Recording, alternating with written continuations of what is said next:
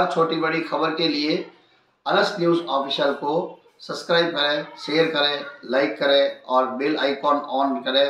और आप सभी दर्शकों को नमस्कार। हमारा రాజకీయ ప్రమేయం లేకుండా రాజకీయ ఒత్తిడి లేకుండా మీరందరూ మీ ఉద్యోగాలను నిర్వహించే విధంగా రాష్ట్ర ప్రభుత్వం మీకందరికీ అవకాశాలు కల్పిస్తుంది। నా విజ్ఞప్తి ఒక్కటే, ఈ ఉద్యోగం మీకు ఉపాధి కాదు, ఈ ఉద్యోగం ఒక భావోద్వేగం। ఈ భావోద్వేగం తెలంగాణ రాష్ట్ర శాంతి భద్రతలను కాపాడడమే కాకుండా ప్రభుత్వం యొక్క ప్రతిష్టను పెంచే బాధ్యత మీ మీదనే ఉన్నది। మేమెంత చేసినా మీరు వ్యవహరించే విధానంతోనే ఈ ప్రభుత్వానికి పేరు ప్రతిష్టలు వస్తాయి। మీరు బాధితుల పట్ల గౌరవంగా మర్యాదగా వ్యవహరించాలి। అప్పుడప్పుడు ఫ్రెండ్లీ పోలీసింగ్ అని నేను వింటుంటా। ఫ్రెండ్లీ పోలీసింగ్ అంటే క్రిమినల్స్తో ఫ్రెండ్లీగా ఉండమని కాదు, నేను స్పష్టంగా మా పోలీస్ మిత్రులకు నేను చెప్పదలుచుకున్నా।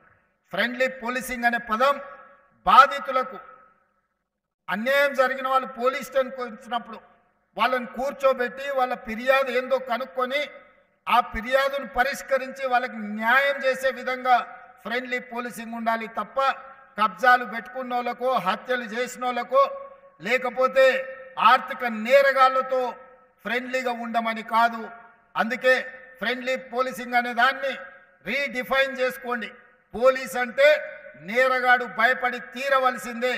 పోలీస్ పేరు వినిపిస్తే కబ్జాకోరైనా, డ్రగ్స్ వాడేవాడైనా, లేకపోతే చెరువులను, కుంటలను, నాలాలను ఆక్రమించుకునే వాడైనా, లేకపోతే నేరాలు చేయాలన్న ఆలోచన ఉన్నవాడు పోలీస్ పేరు చెప్తే భయపడాలి।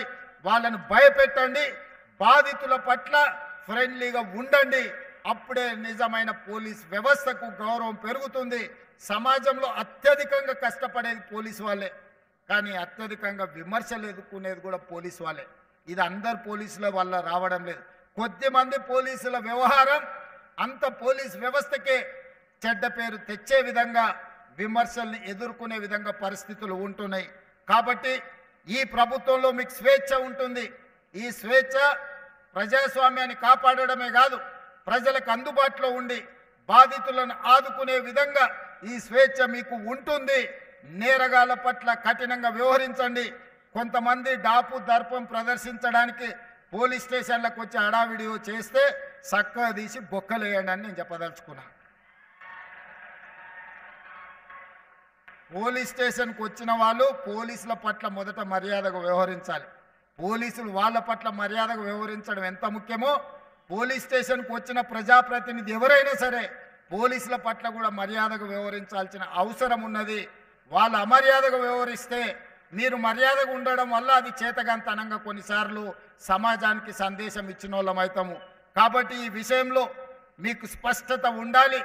ఈ వేదిక మీద నుంచి పోలీస్ శాఖ సిబ్బందికి టాప్ టు బాటం నేను ఇచ్చే ఇన్స్ట్రక్షన్ ఒక్కటే, బీయింగ్ అనే chief minister as well home మినిస్టర్గా నేను మీకు ఇస్తున్న ఆదేశం ఒక్కటే, పేదల పట్ల, సామాన్యుల పట్ల, బాధితుల పట్ల మీరు సానుభూతితో ఉండండి, వాళ్ళ సమస్యల్ని పరిష్కరించండి।